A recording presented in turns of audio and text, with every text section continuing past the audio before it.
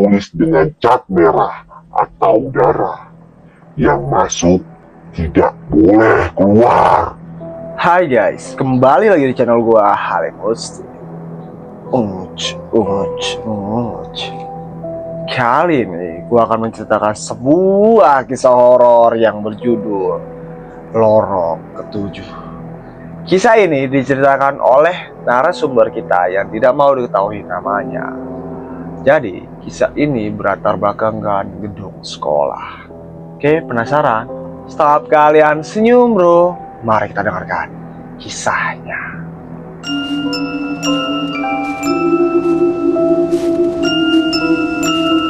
Hujan turun deras sore itu. Langit kelabu menggantung di atas sebuah gedung sekolah tua yang sudah lama tak berpenghuni.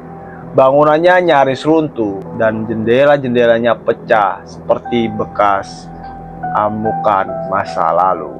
Dikenal warga dengan satu nama saja, yaitu Lorong 7. Konon, pada masanya, jayanya lorong itu tak pernah digunakan. Setiap siswa dan guru dilarang keras melintasinya. Tidak ada alasan yang jelas, hanya peringatan keras dari kepala sekolah yang kini sudah lama wafat. Laras, seorang mahasiswa semester akhir jurusan jurnalistik, tertarik untuk menyelidiki gedung ini. Untuk tugas akhirnya, ia penasaran dengan kisah Lorong 7 yang selama ini disebut-sebut dalam forum cerita horor daring.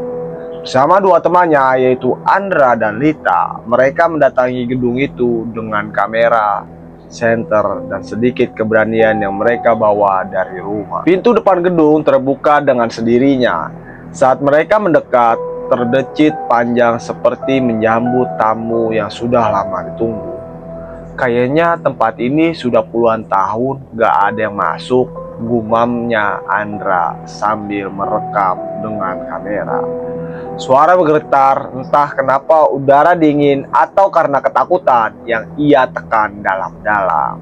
Dipa menyapu senter ke seluruh arah. Di dinding terpampang peta gedung dengan tanda-tanda ruangan.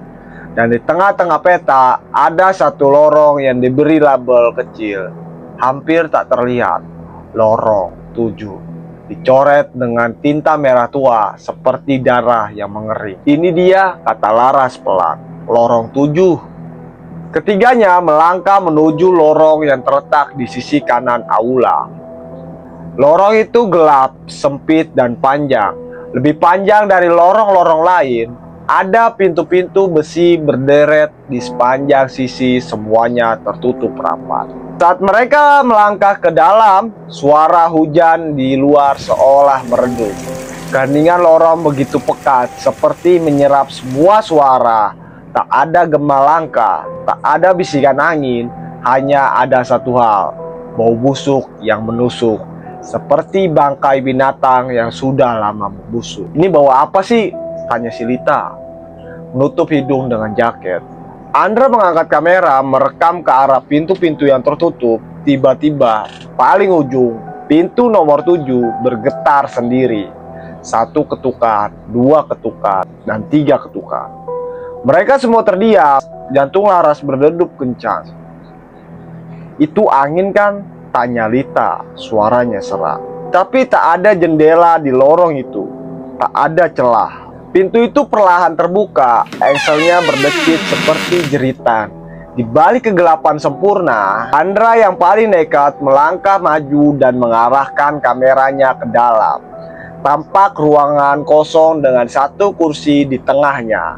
Di dinding ada sesuatu yang tertulis dengan cat merah atau darah. Yang masuk tidak boleh keluar. Laras mundur 1 langkah. Kita harus keluar sekarang. Ini bukan tugas akhir lagi, ini nyawa kita. Tapi saat mereka berbalik, lorong di belakang mereka bukan lagi lorong sekolah. Dinding-dinding berubah menjadi batu hitam, lembab, berdarah. Dan lorong itu kini tak berujung. Apa yang terjadi? Andra mulai panik. Kamera terjatuh dan pecah. Lita memeluk Laras. Kita dikurung. Suara tawa anak kecil terdengar dari kejauhan. Makin lama makin dekat, diikuti suara langkah kaki berlari kecil seperti sedang bermain petak umpet. Dari balik kegelapan muncul sosok anak kecil, rambutnya panjang menutupi wajah. Bajunya seragam SD yang berlumuran darah. Di tangan kirinya ia menggenggam kepala boneka yang hancur separuh. Tolong, yang keempat, bisiknya. Keempat apa? Tanya Laras gemetar. Anak itu menunjuk ke langit-langit lorong. Tiba-tiba cahaya merah menyala, tampak 3 sosok tergantung di sana. 3 mahasiswa lain yang ternyata pernah datang sebelumnya. Mulut mereka terbuka, mata membelekak seperti menyimpan rasa sakit abadi. 4 harus sempurna, kata si anak kecil, lalu tertawa sambil berlari ke kegelapan. Seketika lantai lorong mulai bergetar. Dari dinding keluar tangan-tangan hitam yang dingin mencekram kaki mereka. Jeritan Andra menggema saat tubuhnya ditarik ke dalam dinding, lenyap tanpa bekas. Hanya kameranya yang tersisa merekam detik-detik terakhir. Lita mencoba melawan, tapi tangannya tertarik oleh sesuatu tak kasat mata. Wajahnya berubah menjadi putih sebelum dia terseret ke balik pintu nomor 7 yang menutup dengan suara seperti peti mati. Lara sendirian. Ia berlari ke ujung lorong berharap menemukan pintu keluar. Tapi lorong itu hanya berputar seperti labirin. Nafasnya sesak, pikirannya kacau. Sampai akhirnya ia berdiri lagi di depan pintu nomor 7. Pintu itu kini terbuka sendiri. Menyambutnya, di dalamnya ia melihat dirinya sendiri sedang berdiri tersenyum ke arahnya. Tapi versi dirinya, ia bermata hitam pekat dan di tangannya tergenggam kepala Andra. Aku sudah keluar, kata sosok itu. Sekarang giliranmu tinggal di sini. Sebelum Laras bisa berteriak, pintu menutup dengan sendirinya. Gelap, sunyi, dan gedung itu kembali hening seperti sedia kala. Catatan polisi, seminggu kemudian 3 mahasiswa dilaporkan hilang di area sekolah tua yang terbengkalai. Hanya ditemukan sebuah kamera rusak yang merekam suara terakhir. Lorong 7 bukan lorong biasa. Ini adalah jalan pulang bagi mereka yang tak pernah ditemukan. Seminggu setelah hilangnya Laras, Andra dan Lita, kasus itu menjadi perbincangan hangat di media sosial. Tapi bukan karena berita resmi dari pihak kampus atau polisi, melainkan karena video terakhir yang ditemukan di dalam kamera milik Andra. Ya, misteriusnya diunggah oleh akun anonim ke internet. Video itu berjudul "Jangan Masuk Lorong 7" dan hanya berdurasi 2 menit 49 detik. Adegan dimulai dengan ketiganya melangkah dalam lorong gelap. Kemudian terdengar suara ketukan, pintu yang terbuka perlahan, lalu hanya suara jeritan dan suara anak kecil tertawa. Video itu langsung viral. Beberapa penonton mengaku melihat bayangan keempat berdiri di belakang mereka. Beberapa lainnya mengklaim bahwa setelah menonton video itu, pada tengah malam mereka mendengarkan ketukan di pintu kamar masing-masing sebanyak 3 kali.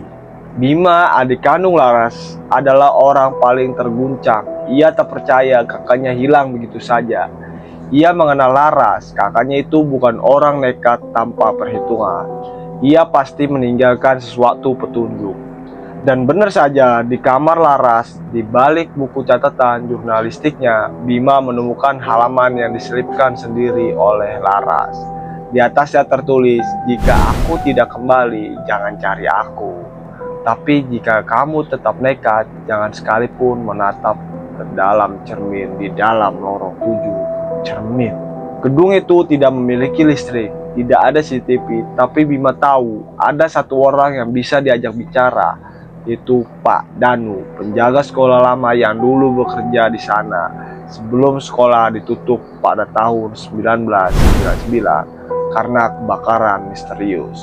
Bima menemui Pak Danu di rumahnya yang berada tak jauh dari sekolah tua itu.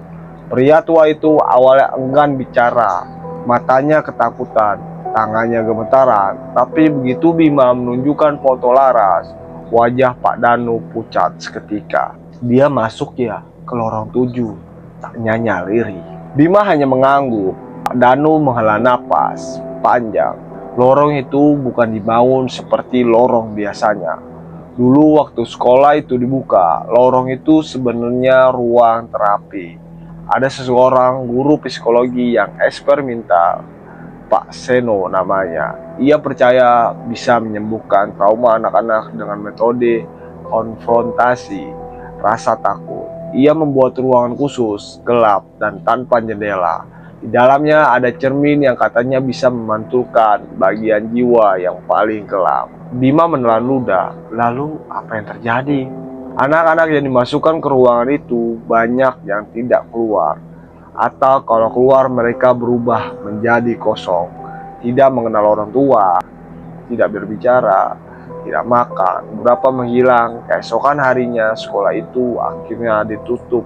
Waktu ada satu anak membakar dirinya sendiri di dalam lorong 7. Sejak itu pintunya dikunci tilas. Pak Danu memandang Bima tajam. Kalau sudah ada yang masuk lagi, maka tempat itu hidup kembali.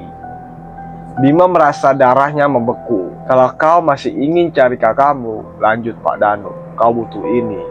Menyerahkan sebuah benda kecil yang dibungkus kain hitam. Saat dibuka, ternyata itu adalah kepingan cermin retak. Ini potongan dari cermin asli di dalam lorong 7. Aku selamatkan sebelum sekolah terbakar.